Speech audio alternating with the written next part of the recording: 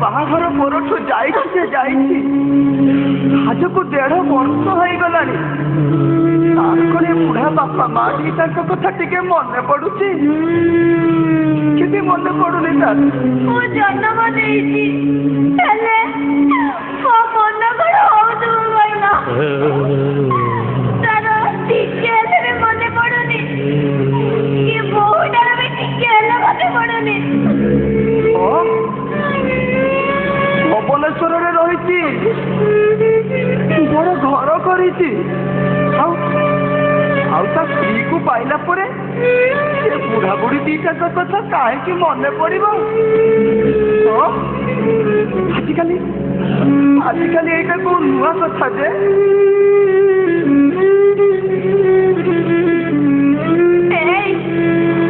कहूली कहल चालुन आम टे आम नातुणी को देखी आसवा मोर ना ता कथा बहुत मन पड़ुची कौन कहते जीवानी कौन पुआ जीवा अरे केमिति जे नातुणी को देखा इच्छा जिते बेले है ए मन कौन आ शहे धरुची आमे निश्चय जीवा धरा निश्चय जीवा आमे शुण आमे काली ही बाहर जीवा कौन कहूच गले ना मो नातुणी को मो कोलरे जम्मा सब बेले गेले करथिबी तमे कौन खाली एका गेले करिबो आ कौन मु गेले करिबी कि अरे जेते हेले मुता जेते बापा ना मुता जेते मा अरे मुता जेते बापा ना ना मुता जेते मा अरे मु आगो ना ओ हेला बाबा हेला जेते मालो ए जेते मा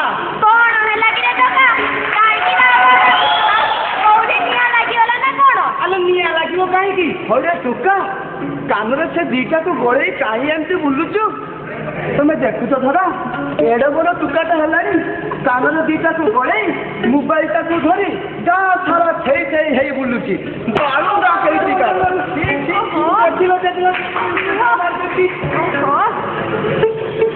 होइरे मोनवा तू जदी पाठ साथ न पढ़ी एमिते बालू दा ही बुलिबू तो भविष्यत कोन हबो कहलु रे बाबा कोन हेला कि रे अले जेते मा तोते कोन जोना नाही मो बापा परा मोनरे चारि चारि काई लैछि हसुती आ सबते बेले गति करे लेखा परा मु 3 लाख टका उठिबी आ गति करे 3 लाख टका हेले 4 तिरिक परा 18 लाख टका निरिबो आ मो चिंता कोन जे आउ मोर भी एक्सीडेंट हे जाय ताले परा 2 लाख टका निरिबो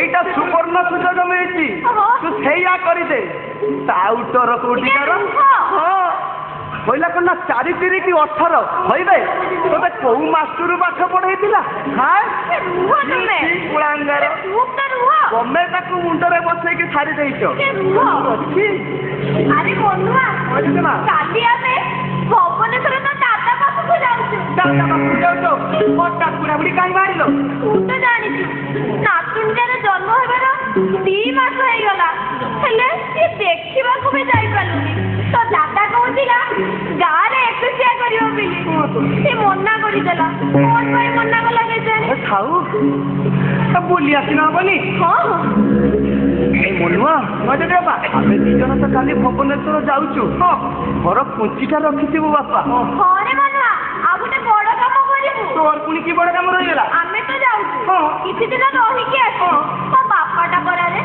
तू टिके गाय गोरु को ठीक समय खाइबा को दो आले तू व्यस्त होनी को करि देबी हां आ गोला बेल तो बोहू को कहि देई देबी सखाळे संध्या रे ठाकुर को पाके ଟିକେ ଧୂପ ଦେଇ ଦଉଛୁ। ଆରେ ତୁ ବ୍ୟସ୍ତ ହନି, ମୁଁ ନିଜେ ମୋ ବୋଉକୁ ନିଜେ କହିବି। ଏ ମନୁଆ ହଁ ଯଦି ବାପା ଆମେ ଦି ଜଣ ତ କାଲି ଭୁବନେଶ୍ୱର ଯାଉଛୁ।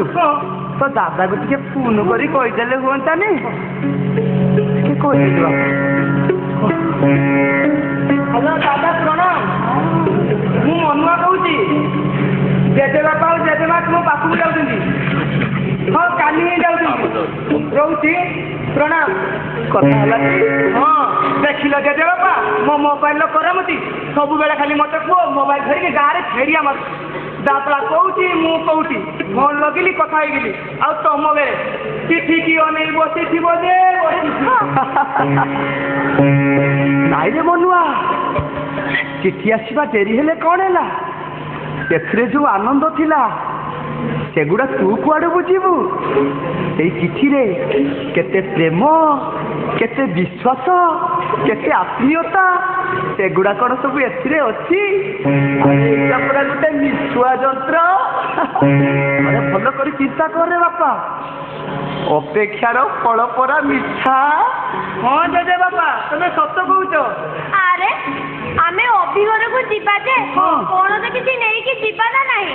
ନେଇକି ଯିବ ନା? ଖାଲି ହାତରେ ଯିବା ନା? ନେଇକି ଯିବ ନା? ଏ ଧରା ଆମ ଅଭି ପିଲାବେଳେ ମଣ୍ଡା ପିଠା ଖାଇବାକୁ କେତେ ଅଳି କରେନି? ମୁଁ ବି ଖାଇବି। ହଉ ତମେ ଗଲ ଦୋକାନରୁ କିଛି ସଉଦା ନେଇ ଆସିବ। ହଁ ମୁଁ ଏଇ ଗଲି ଆଉ ଏଇ ଆସିଲି। ମୁଁ ଜେଜେ ବାପା ଯାଉଛି। ହଁ ଶୁଣ, ପଛଠାରୁ କାହିଁ ଡାକୁଛ? ମୋ ନାତୁଣୀ ପାଇଁ ଗୋଟେ ସୁନ୍ଦରିଆ ଜାମା ଦେଇକି ମୁଁ ମନେ ପକେଇଦେବି। ଚାଲିବେ ଜେଜେ ବାପା।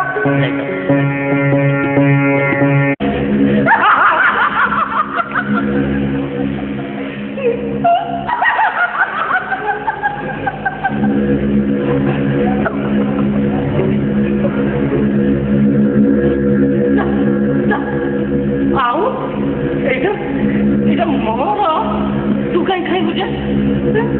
ଏଇଟା ମତେ ମୋ ଝିଅ ଦେଇଛି। ହଁ ସେ ଦେଖୁନୁ ସେ ମୋ ପାଇଁ କେତେ କଣ ଦେଇଛି।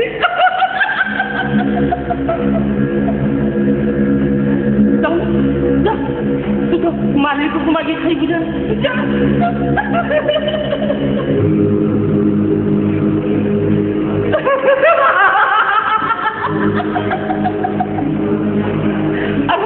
ତୋର ପୁଣି ମାଲିକ ଆସିବ କୁଆଡୁ?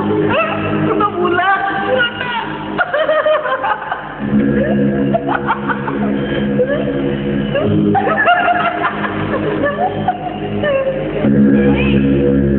ଦେଖୁଛ ଏଠି ପାଗଳଟା କେମିତି ନାଳରୁ ଗୋଟେଇ ଖାଉଛି। ଧରା ଏଇ ତ ଜୀବନ। ଆରେ ଏଇଟା ପରା ଭୁବନେଶ୍ୱର ସହର। ଏଠି କିଏ ରାଜଗାଦିରେ ବସି ଦାମିକିଆ ଖାଦ୍ୟ ଖାଉଛି ତ ଆଉ କିଏ ଖାଇବାକୁ ନ ପାଇ ନାଳରୁ ଗୋଟେ ଏମିତି ଖାଉଛି। ଏଠି କିଏ ରାଜଉଆସରେ ଶୋଉଛି ତ ଆଉ କିଏ ଜୀବନ ସାରା ରାସ୍ତା କଡ଼ରେ ଶୋଇ ଜୀବନ କାଟି ଦଉଛି। ସେଠି କିଏ କାହାକୁ ପଚାରେ? ତାର କେହି ନଥିବେ ନା? କେତେବେଳେ କଣ ଖାଉଥିବ, କୋଉଠି ଶୋଉଥିବ? ଏତେ ବଡ ଶୀତ ଦିନଟା ରାତିରେ ସମସ୍ତେ କଥା ଘୋଡେଇ ଶୋଇଲା ବେଳେ ଏ କୁକୁର କେମିତି ଶୋଉଥିବ କେଜାଣି? ତାକୁ ଦେଖିଲା ବେଳକୁ ନା ମତେ ଭାରି ଦୁଃଖ ଲାଗୁଛି। ତଥାପି ତ ସେ ବଞ୍ଚିଛି। ତାକୁ ପରା ସେଇ ଭଗବାନ ଜନ୍ମ ଦେଇଛନ୍ତି। ହେ ଭଗବାନ, ତମେ ଏମିତି ଜନ୍ମ କାହିଁକି ଦେଇଛ ପ୍ରଭୁ? ତା କଥା ତୁମକୁ ଲାଗିଲା ପ୍ରଭୁ, ତୁମକୁ ଲାଗିଲା।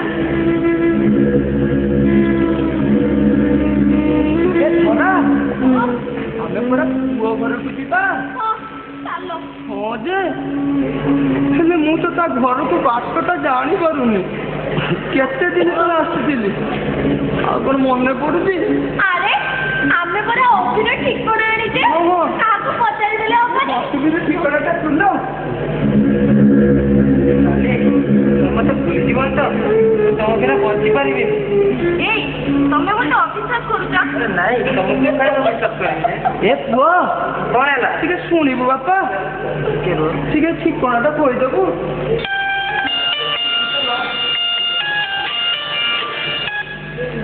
ହ୍ୟାଲୋ ହଁ ମୁଁ ଏବେ ବମ୍ବେରେ ଅଛି ହଁ ଠିକ ଅଛି ଠିକ ଅଛି ହ୍ୟାଲୋ ବାପା ମୁଁ ଏବେ କଲେଜରେ ଅଛି ନାଇଁ ମୁଁ ଏବେ ପଳେଇବି ହଉ ରଖୁଛି ଏଇ ଏମାନେ କଣ ଭୁବନେଶ୍ୱରରେ ରହି ବମ୍ବେରେ ଅଛି ବୋଲି କହିଲେଣି ଏମାନଙ୍କୁ ନା ଆଉ ଠିକଣା ପଚାରିବେନି हेलो राकेश अरे वो मेरे क्लास में होती ओहो तुमको अधघंटे पर देखा बोले हमारी तो सुना तुमको अधघंटे पर देखा बोलते हैं रखुची बाय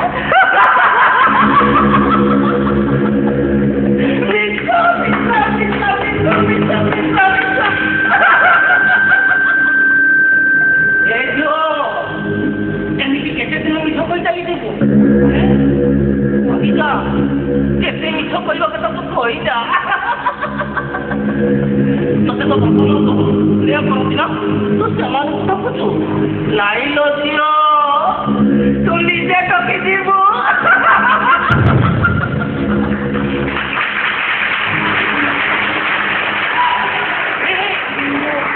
ଏଇଟା ମୁହଁରେ ଯାଇ ଘୁରେଇଛୁ କହ କହ କଟକ ଶୀତ ହଉଛି କଟକ ଖରା କାଟୁଛି ମୁଁ ଜାଣିଛି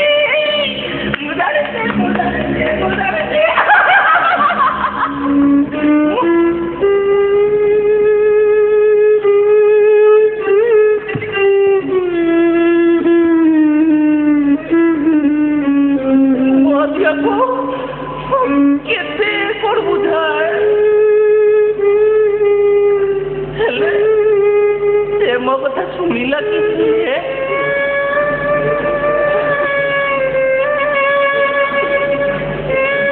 ହେଲେ ସେମାନେ ତାକୁ ମାରିଦେଲେ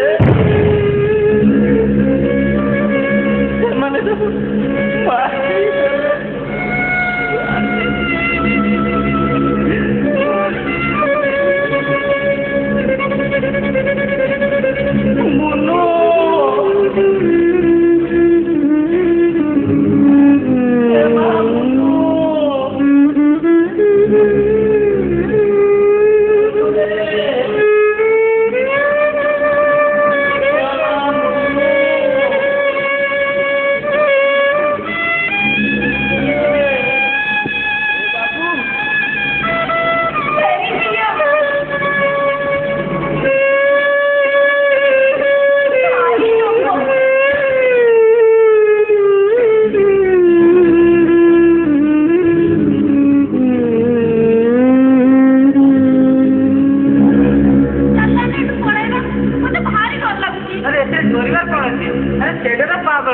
यार चढ़ कौन किसी गपी देगला तुम पाखरे परा मु अछि अरे हे पुओ से पागल हैला कोन हैला